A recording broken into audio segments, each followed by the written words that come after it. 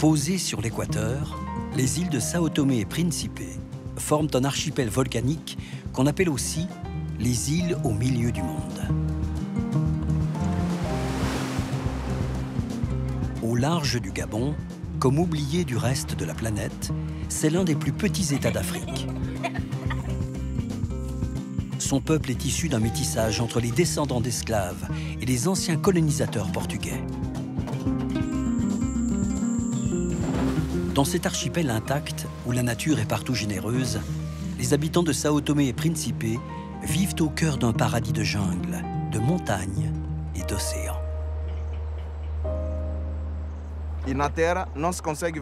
Depuis la Terre, on n'arrive pas à voir toute cette beauté.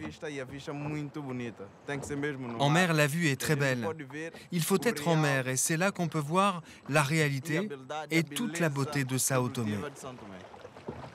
C'est pour ça que j'aime la mer. La mer est ma source, elle est toute ma vie. La mer, c'est tout pour moi.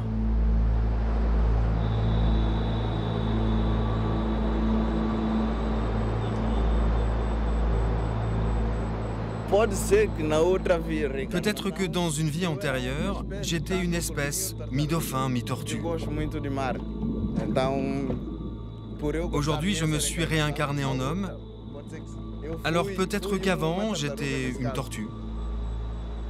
Depuis son enfance, Marcio a toujours ressenti ce lien intime avec la mer.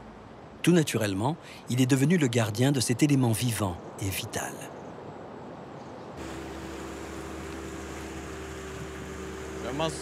On voit absolument rien. Il n'y a même pas un oiseau qui pourrait nous aider.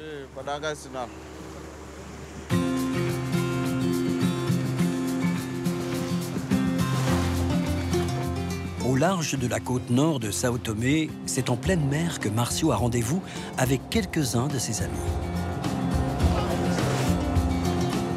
Regarde, ils sont là-bas. Et il y en a combien d'après toi? Il travaille pour Marapa, une des premières ONG de défense de l'environnement implantée à Sao Tomé. Grâce à cette organisation, Marcio peut accomplir son rêve, protéger son île sauvage et sauvegarder les animaux qu'elle abrite.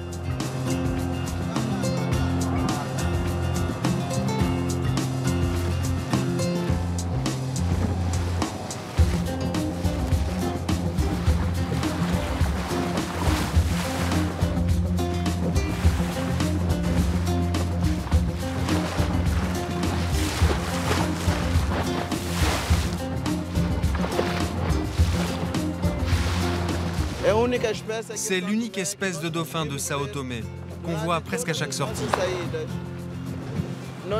Parfois, c'est un groupe de 100 ou 150 dauphins.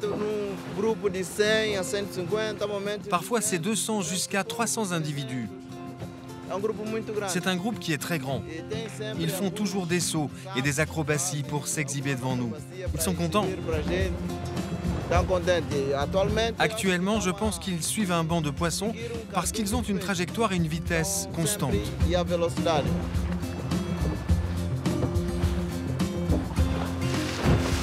Mais aujourd'hui, on ne s'attendait pas à en voir autant. C'est super. Les photos de Marcio serviront à l'étude de la population des dauphins de Sao Tomé.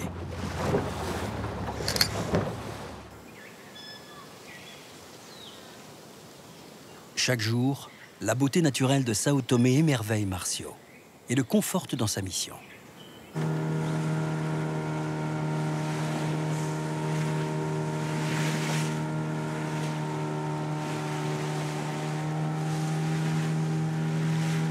Au détour d'un cap, il retrouve Johanna et son équipe. Ils travaillent tous au sein de la même organisation pour la préservation de l'archipel.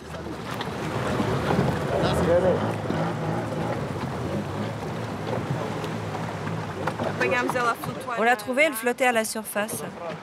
Tu crois qu'elle va survivre? Ça doit faire longtemps qu'elle est comme ça, non? Moi, j'ai déjà vu des tortues qui survivaient avec 2 pattes, mais celle-là... Ça, c'est un requin. Ce qu'on va faire, on va l'amener au centre de Rolas. Ils ont un bassin là-bas. D'accord. On y va alors. C'est sûr, c'est un requin. Le prédateur le plus fréquent, c'est les humains sur la Terre. Mais dans la mer, c'est rare. Moi, c'est la première fois que je vois un cas comme ça. Une tortue attaquée par un requin.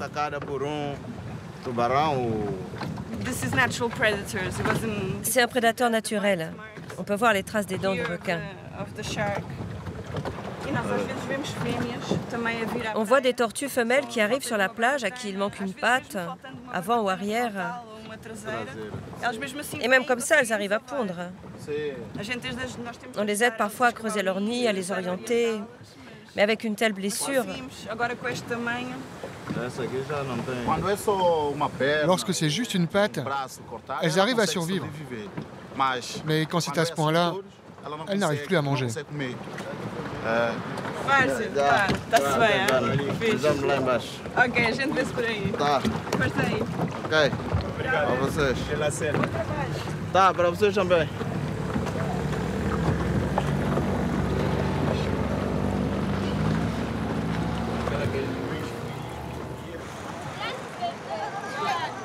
Tout proche des plages, où les tortues viennent pondre depuis des siècles, Porto Alegre est le village principal du sud de l'île.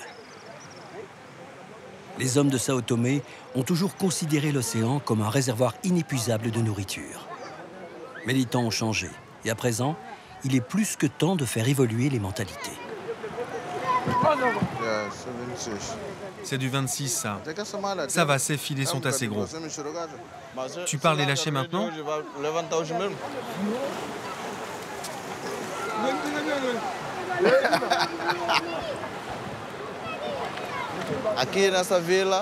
Ici, dans ce village, on fait pas mal de choses. On intervient directement avec les pêcheurs, par exemple. Je suis ici pour les sensibiliser, afin de les empêcher de voir la tortue comme un objectif de pêche.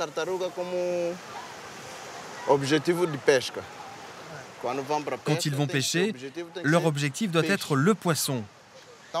Ensuite, s'ils ont besoin d'aide, on leur en donne. On répare leur moteur, on a du personnel qualifié pour ça. On vient résoudre les problèmes et aider à leur développement.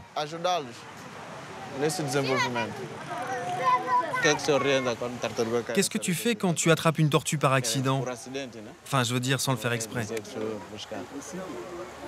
En fait, si elle est morte, il y a des gens qui la ramènent chez eux. Ici, tout le monde est tranquille.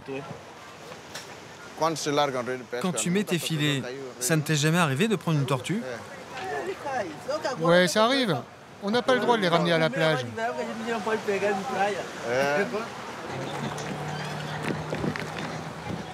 Marcio tente de comprendre les difficultés de chacun, sans jamais donner de leçons.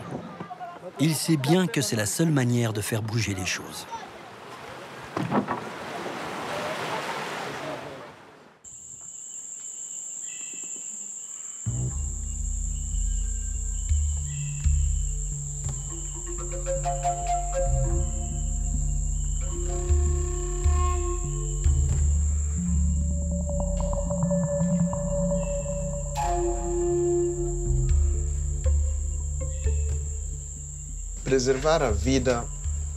Préserver la vie naturelle, marine et terrestre, pour moi c'est très important parce que s'il y a des personnes qui détruisent, il faut que d'autres créent.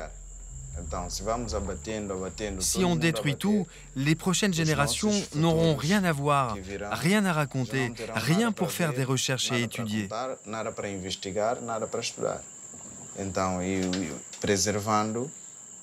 En préservant la nature, on pourra l'étudier, l'analyser dans le futur. En fait, pour moi, la préservation, c'est la vie.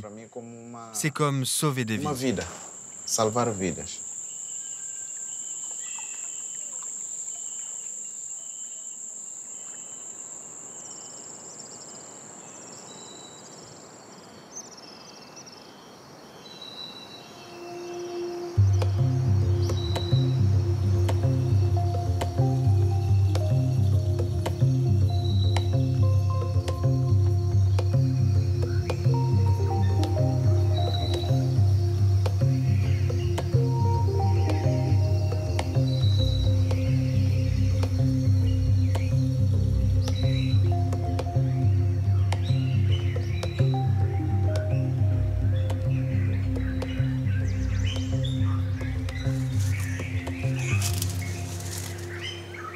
Fernando est le maître incontesté de l'île pour la construction des pirogues traditionnelles.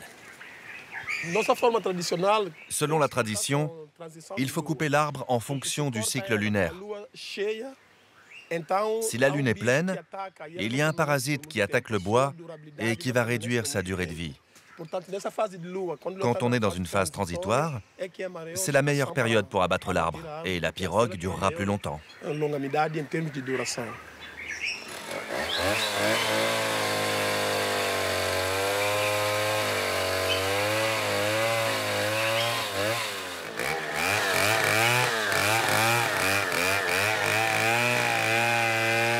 L'arbre utilisé pour fabriquer les pirogues est le fromager. Il lui faut 20 ans pour atteindre sa maturité et sa taille imposante. Ce bois léger et tendre est connu aussi des pêcheurs sous le nom de piroguier.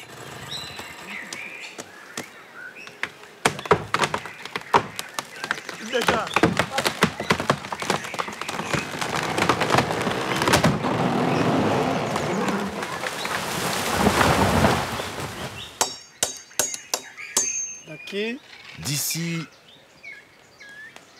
à là, c'est une pirogue.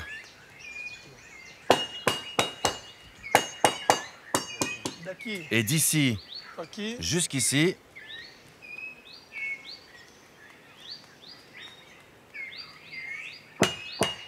il y en a une autre.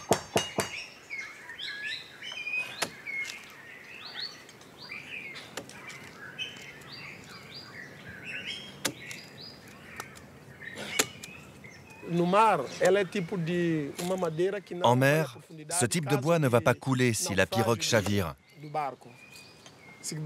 Elle ne coule pas à pic si elle se retourne et les pêcheurs peuvent s'y accrocher en attendant le secours. C'est pourquoi c'est le bois idéal pour construire des bateaux de pêche à Sao Tomé.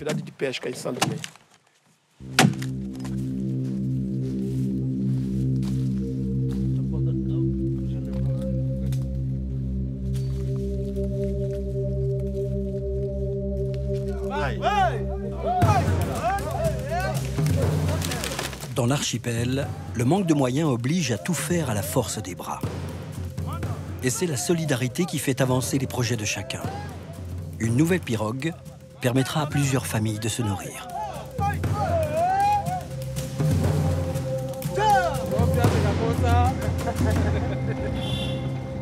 Marcio doit aussi faire face à des situations paradoxales lorsqu'il vient aider les hommes dans une activité contraire à ses convictions. Mais il n'oublie jamais ce en quoi il croit, la préservation de cet écosystème fragile, quitte à heurter les traditions les plus ancrées.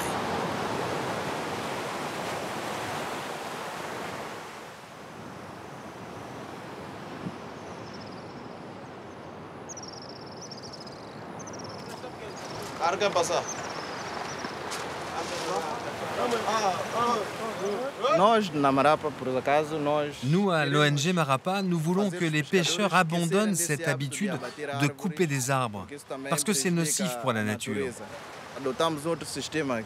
Aujourd'hui, nous privilégions les bateaux en fibre de verre. La tradition continue, elle vient du passé. Et pour l'oublier, ce sera difficile. Mais on continue à essayer. Ça ne se fera pas en un jour ni en un an. C'est un travail de longue haleine.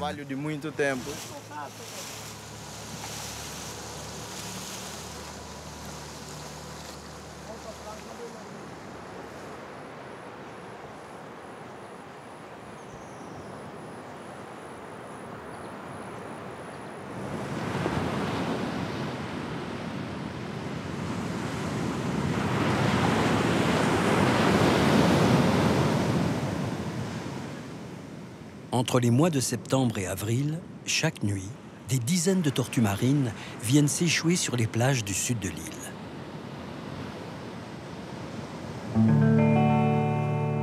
Durant toute cette période, Marcio organise et participe à des patrouilles de surveillance.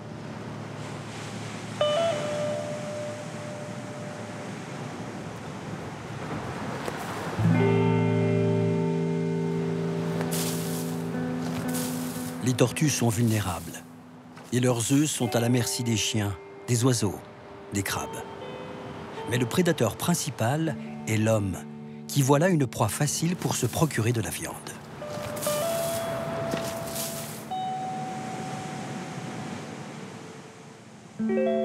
Avec l'appui récent des autorités qui ont voté une loi de protection, Marcio et son organisation luttent contre ces pratiques anciennes.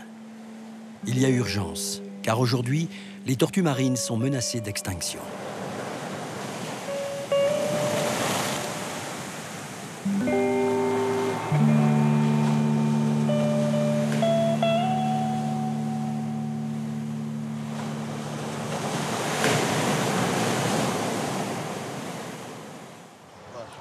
Une incubatrice pour les œufs des tortues.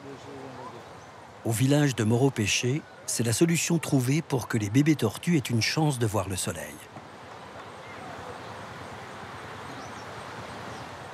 Les œufs collectés lors de la ponte sont enterrés dans cet enclos, en sécurité, pendant les 2 mois d'incubation.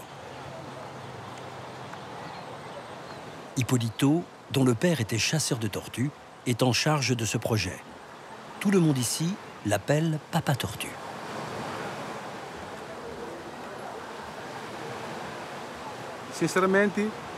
Sincèrement, je ne sais pas combien de bébés tortues j'ai libérés. Ce sont vraiment beaucoup de bébés. C'est quelque chose que j'aime vraiment faire, que j'ai appris, et peut-être qui permettra de dépasser le nombre de tortues capturées par mon père. Mon père en a tué beaucoup, et aujourd'hui, je fais ce travail depuis 20 ans quasiment. Et je crois que j'ai compensé le massacre que mon père avait fait.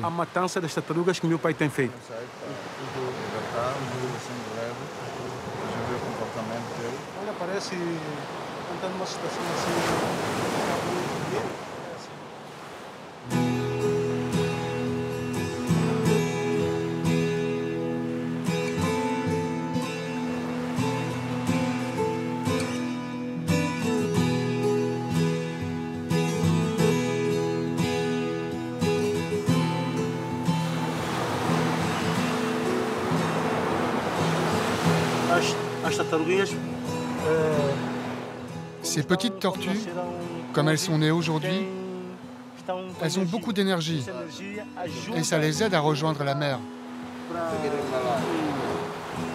Ah ouais, c'est vrai, elles retrouvent leurs esprits.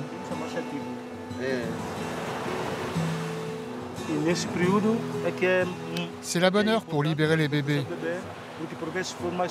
Sinon, les oiseaux viennent et les prennent.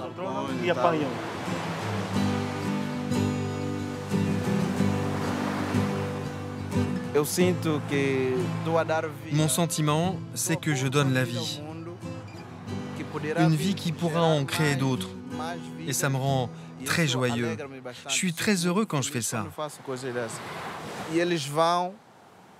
Et avec un peu de chance, elles reviendront peut-être un jour me dire « Salut !» et merci de m'avoir fait vivre.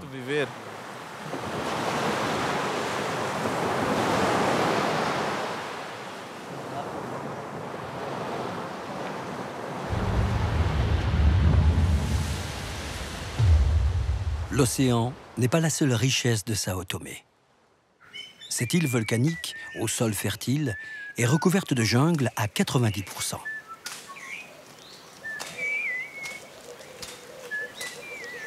Diamantino est cultivateur.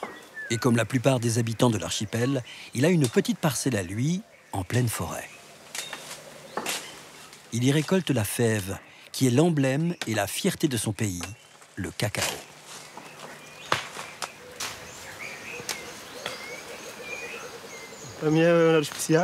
Pour moi, c'est un endroit spécial. C'est mon terrain et j'y travaille pendant la journée.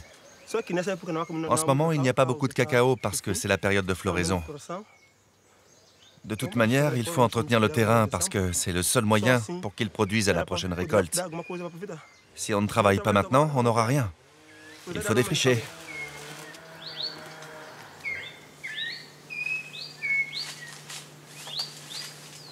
Diamantino travaille dur dans la plantation. Et même si le cacao rapporte peu, cela lui suffit pour vivre une vie simple et heureuse.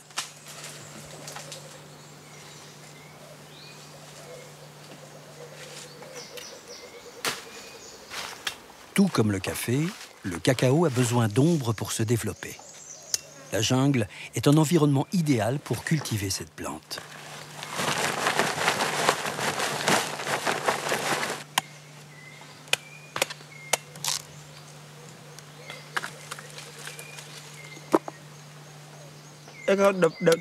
C'est un cacao de première qualité.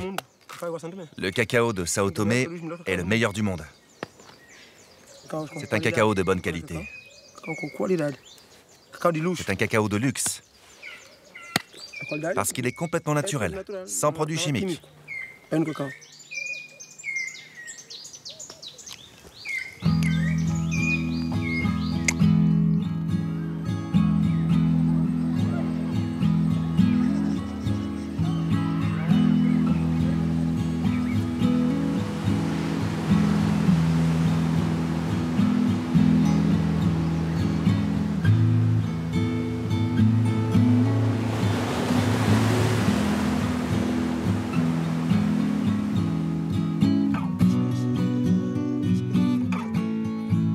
Une fois par semaine, Diamantino vient vendre son cacao à Aguaizé, la plus ancienne exploitation du pays.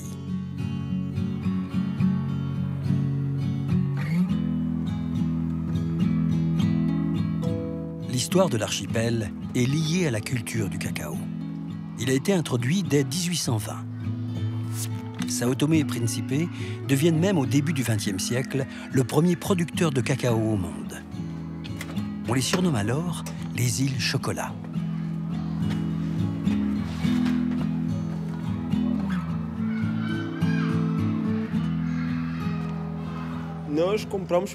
Nous, on ne fabrique pas de chocolat ici. Le cacao est exporté et on nous renvoie le chocolat en tablette. Mais il n'est pas de bonne qualité. Avant, quand j'étais plus jeune, on avait du chocolat pur, du vrai. Maintenant, on a un truc qui ressemble de loin à du chocolat, mais bon, c'est mangeable. Quand on n'a pas de chien, on chasse avec des chats.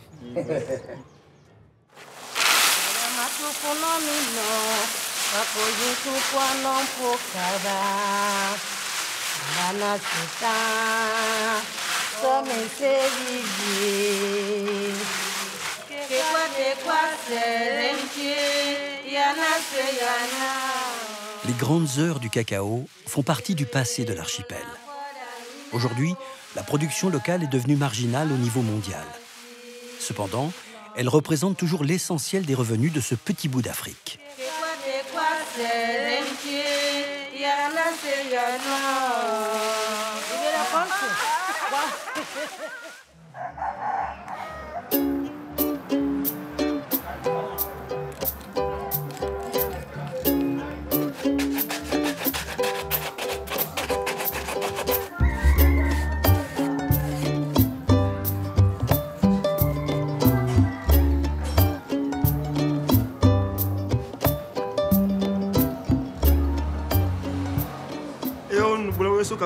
Je suis chanteur de Bulawaye.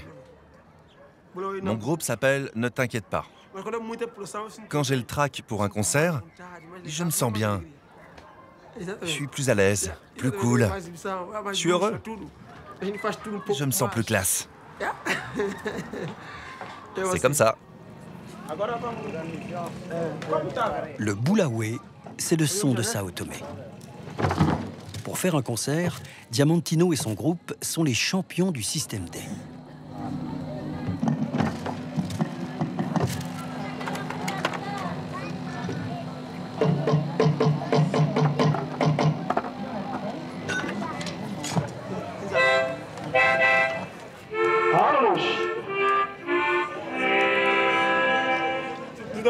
Tout est bien organisé, sauf des petites choses qu'il faut encore régler. Mais je pense qu'on va bientôt commencer. Tout le monde est prêt.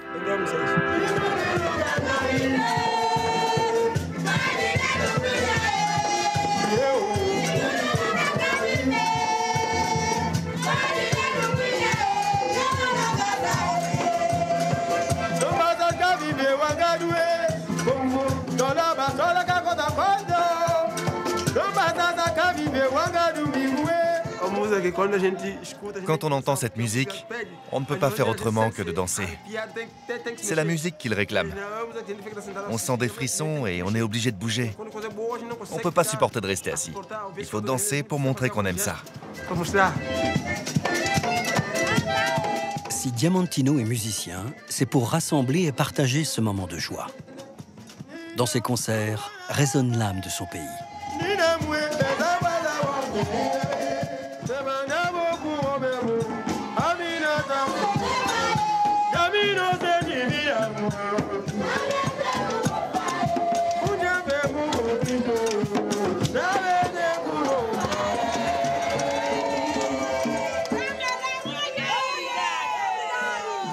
On en fait une dernière ?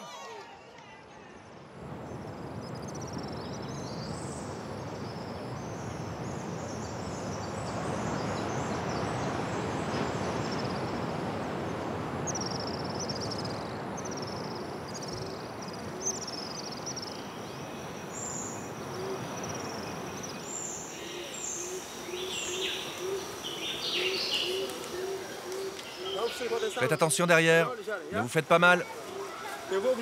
On va arriver à la cascade. Vous deux, je vais vous mettre par terre. Mais je vais vous porter jusque là-bas. Entre son travail à la plantation et la musique, il trouve toujours du temps à consacrer à ses 9 enfants. À 39 ans, Diamantino est un homme optimiste qui a confiance en l'avenir.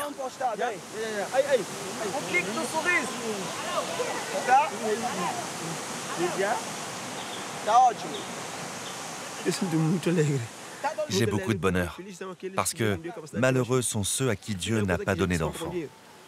Les enfants, ça ne s'achète pas avec de l'argent. Il y a beaucoup de gens qui sont riches, mais qui en fait n'ont rien. Quand ces personnes vont mourir, elles ne laisseront que l'argent, alors que moi, je laisserai mes enfants, et ils pourront me succéder. Je me sens bien dans mon métier, dans ma plantation, dans tout ce que je fais au quotidien avec mes femmes. Je suis très satisfait et très heureux. Tout le monde ne peut pas en dire autant.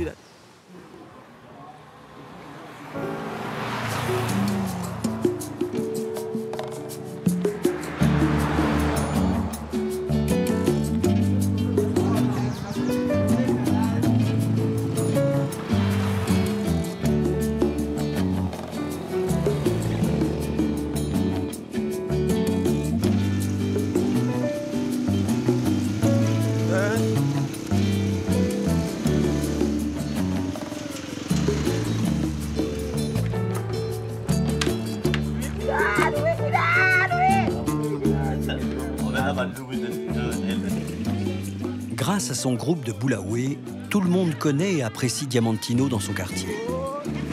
Mais il est également célèbre pour un autre talent. Il est acteur dans une troupe de théâtre traditionnelle, le Chiloli.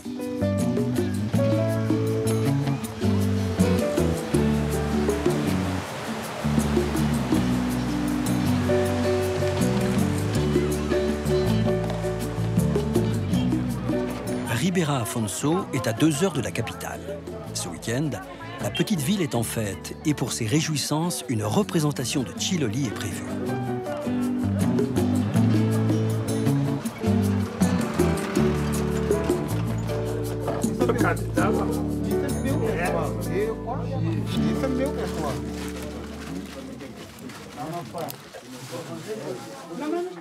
L'école sert de loge pour les comédiens.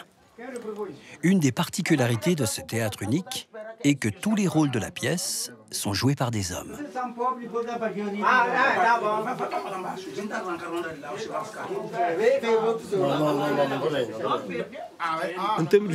En ce qui concerne les costumes du Chiloli, malgré la pauvreté, on arrive à les fabriquer. Avec un peu de volonté, on peut faire quelque chose. Trouver un peu d'argent pour acheter le tissu et faire les costumes. Ça demande un effort, mais il faut le faire. Avec de la volonté, on arrive à tout surmonter. Quand il n'y en a pas...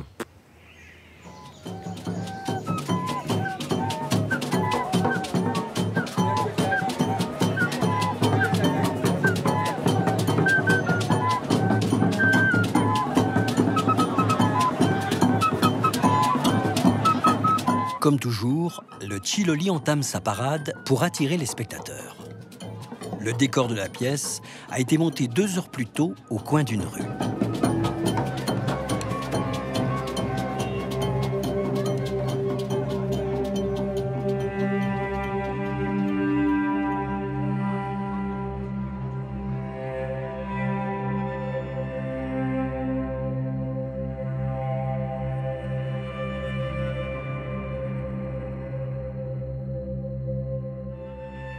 Dans le répertoire du théâtre Ciloli, il n'y a qu'une seule œuvre, la tragédie du marquis de Mantoue et de l'empereur Charlemagne. Le Ciloli trouve son origine dans les chansons de geste médiévales apportées d'Europe par les colons.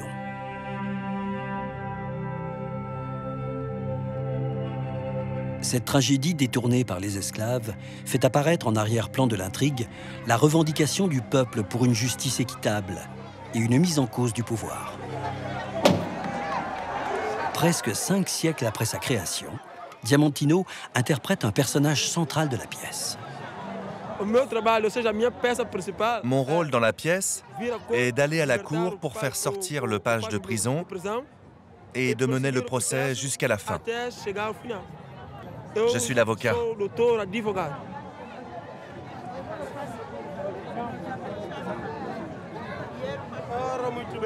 Ce qui m'intéresse, c'est uniquement la libération du page. Il n'est venu à la cour que pour déclarer ce qu'il a vu dans la forêt. Mon illustre confrère, l'homme fait la loi et la loi fait l'homme. Si le confrère vient avec des mensonges, c'est bien que le page est innocent.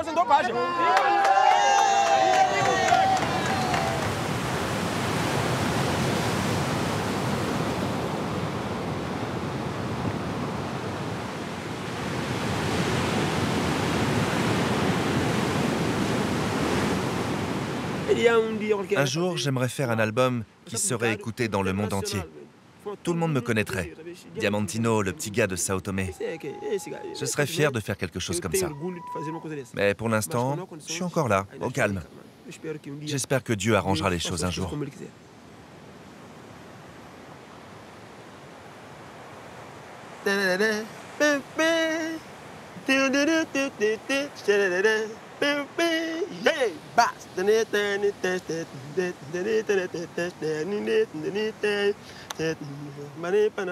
Meus irmãos, União e que meus irmãos, União e que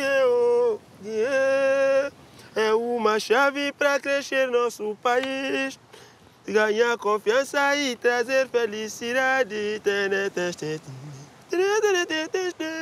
Se tivermos reunidos, tudo pode resolver. Meus irmãos, com união, nossa terra mudará. Moi, si j'avais l'argent, un jour, j'aimerais bien sortir de mon pays pour le représenter à l'étranger. Montrer que même s'il est petit, c'est un pays avec des hommes courageux, des hommes capables de chanter, de faire de belles choses, des prouesses à l'international. Santo Tomé e Príncipe, terra linda,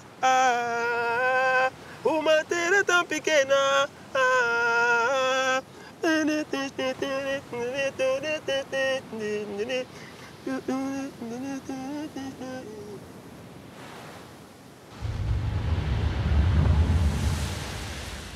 La petite île de Principe est située à 140 km au nord-est de sa grande sœur, Sao Tomé.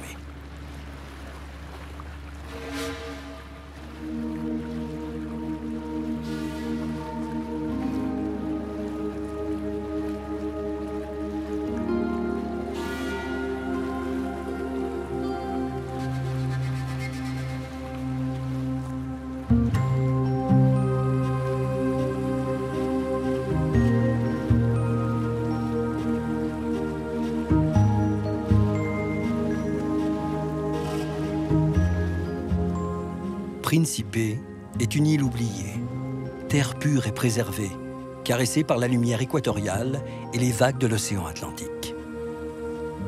Les brumes de chaleur l'enveloppent le plus souvent, la couvrant de mystère.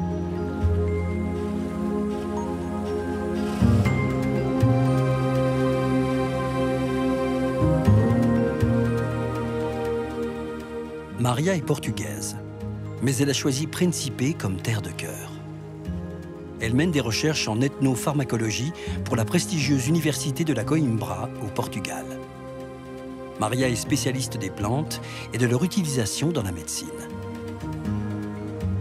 La première fois qu'elle pose le pied à Principe, il y a 20 ans, elle comprend qu'elle a trouvé l'endroit idéal.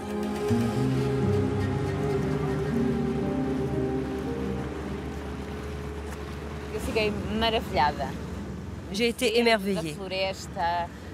Le vert de la forêt, la couleur orange profonde de la terre, la mer, le sable, les plages, les plantes, les hommes sont merveilleux. C'est un vrai paradis presque intact où l'on a tout à découvrir. Le rêve pour un chercheur.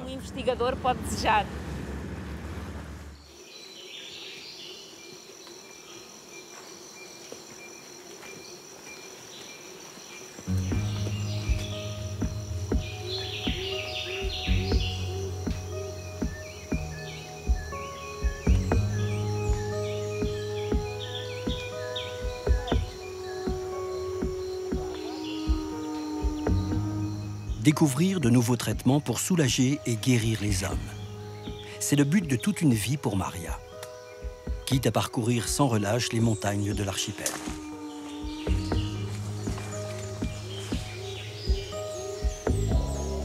Cette femme courageuse et déterminée ne tolère pas que l'on puisse encore mourir de la malaria, alors que la solution de l'énigme se trouve peut-être à portée de main, dans l'écorce d'un arbre ou au cœur d'une fleur tropicale.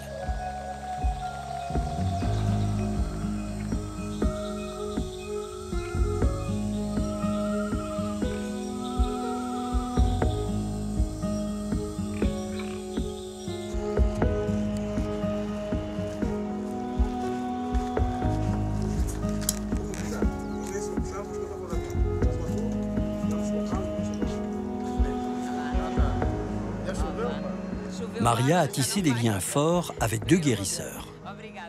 Au fil des années, une confiance réciproque s'est établie. Aujourd'hui, elle a rendez-vous chez son amie San Veronica à Sao Tomé pour assister à une consultation.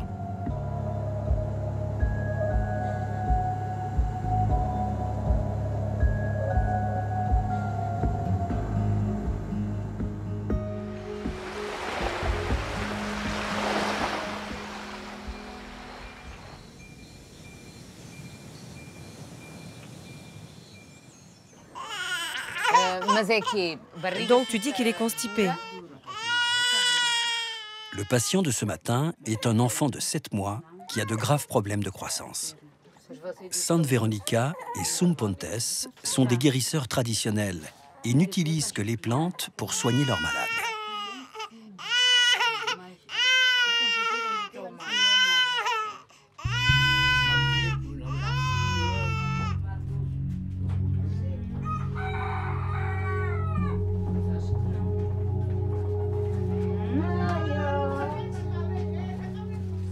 La recette du médicament de San Veronica n'est inscrite nulle part, car ce savoir s'est toujours transmis oralement entre les maîtres guérisseurs et leurs disciples.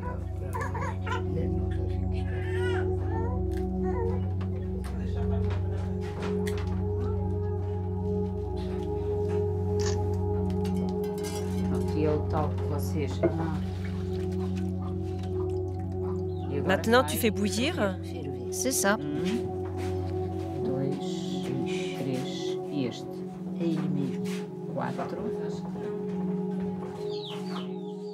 Les 2 femmes sont concentrées chacune sur leur travail.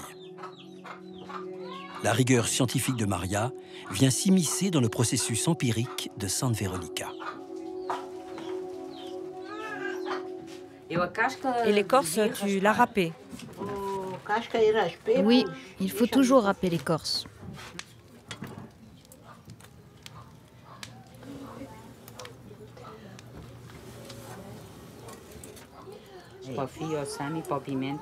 Le remède est prêt. Maria récapitule la recette. Et un peu d'eau. Je peux voir la quantité? Il y a plus ou moins 1 litre. Hein? J'ai mis 1 litre d'eau. Et ensuite? Ce sont mes maîtres. Santa Veronica et São Pontes, je les connais depuis longtemps, ça fait plus de 20 ans. Ils sont de vrais maîtres. Et au-delà de savoir beaucoup, ils ont le plaisir de m'enseigner. Pourtant, Santa Veronica a beaucoup de petits-enfants, mais aucun n'a appris quelque chose avec elle pour l'instant. Personne. Pas un seul. C'est dommage.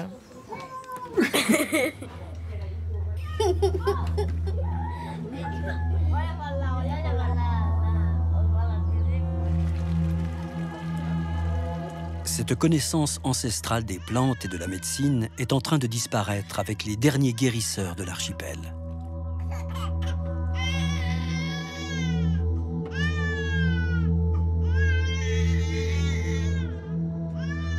Lors de ses recherches, Maria a prouvé scientifiquement que certaines de ces potions utilisées par ces thérapeutes obtiennent des résultats identiques aux médicaments synthétiques. La médecine traditionnelle offre plusieurs avantages. Elle est accessible à faible coût et les plantes sont à portée de main.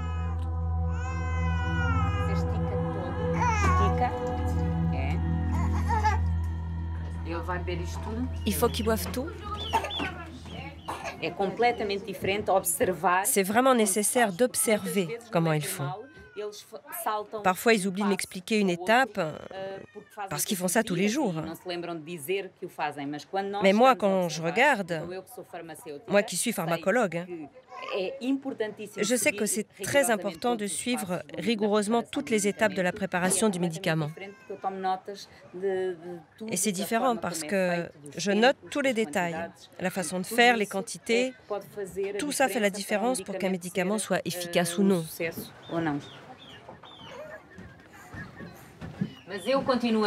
Moi, je continue à dire qu'un peu de sucre, ce serait pas mal. Rien qu'un peu. Pour donner du goût. Parce que c'est très amer pour un enfant.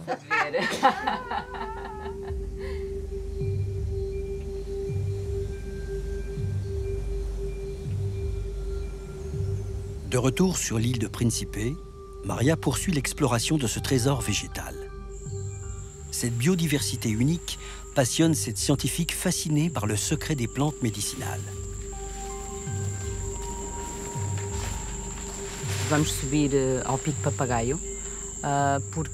On va grimper le pic Papagaio pour chercher deux espèces endémiques qui n'existent qu'à son sommet. Ce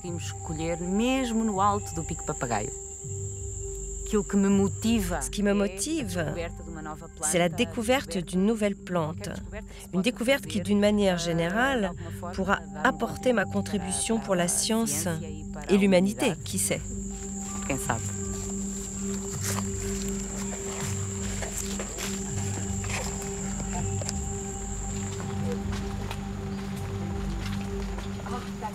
Elle est là, c'est fantastique.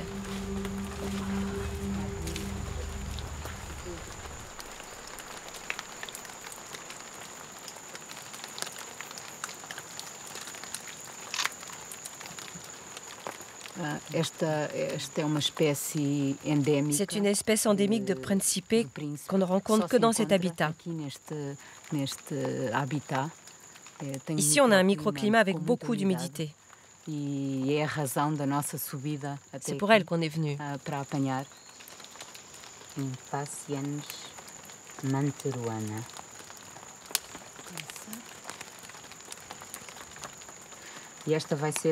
Cet exemplaire sera pour l'herbier. On va en cueillir deux, un pour l'université et l'autre pour São Tomé.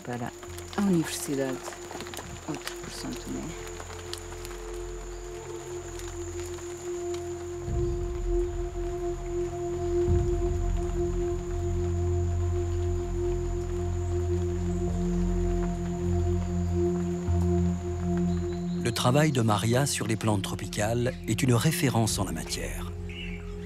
Elle fait partie des chercheurs qui sont autant respectés pour leurs travaux universitaires que pour la qualité des prélèvements effectués sur le terrain. Normalement, une pharmacologue comme moi travaille plutôt en laboratoire. Moi, j'ai la chance de pouvoir faire les deux choses.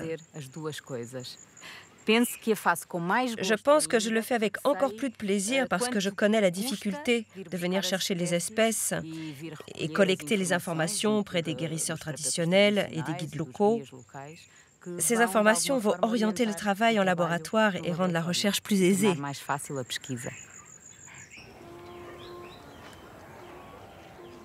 Dans son combat pour la science, Maria a trouvé un allié, les enfants. Si ses connaissances progressent à chaque séance de travail avec les maîtres guérisseurs, ses recherches n'ont de sens pour elle que si elles sont transmises et partagées avec les habitants de l'île.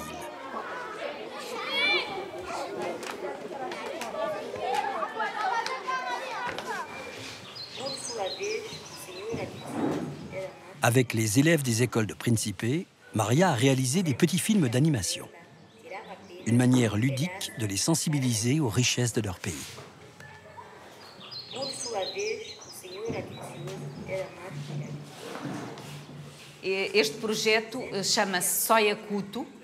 Ce projet s'appelle Soyakuto, ce qui veut dire histoire courte en créole. Et ce que l'on veut faire, c'est alerter les enfants de la nécessité de préserver la forêt, qui est une pharmacie naturelle.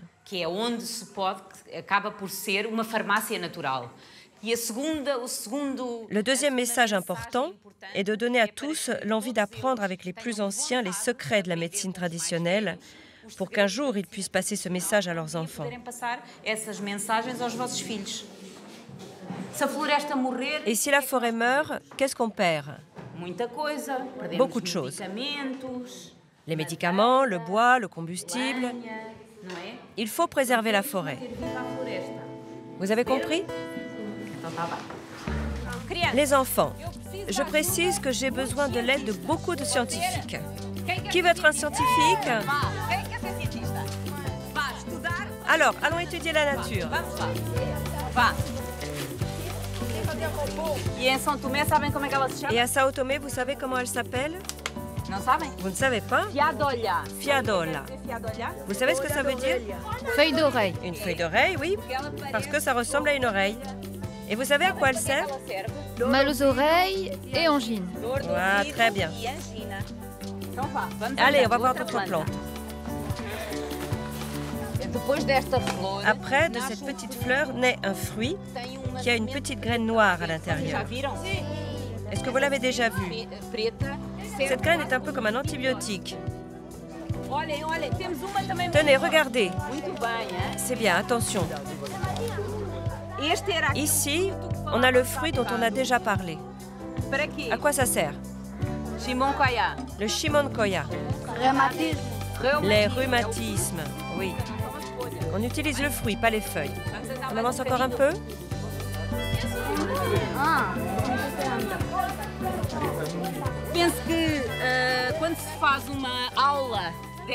Je pense que lorsqu'on fait un cours de ce genre sur le terrain, les possibilités de retenir ce qui est enseigné sont plus grandes par rapport à un cours théorique.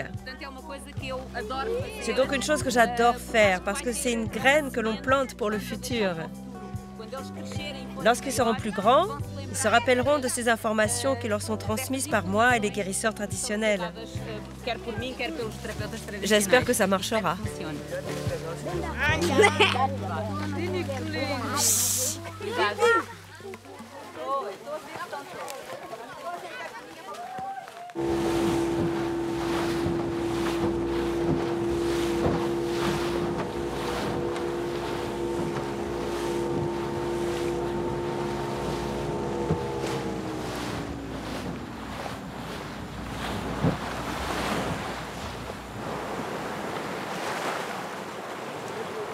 C'est dans ce petit coin de paradis que Maria trouve refuge 6 mois de l'année.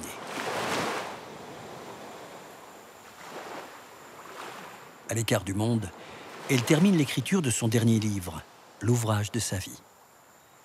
Grâce à ses amis guérisseurs, ce recueil pratique de recettes médicinales va bientôt voir le jour. La mémoire des anciens sera sauvegardée et mise à la disposition des générations futures dans les 3 langues que compte l'archipel. Quant à sa collecte, Maria consigne inlassablement chaque plante dans un herbier destiné à son université au Portugal. avec l'espoir que l'une d'entre elles portera le secret d'un nouveau traitement.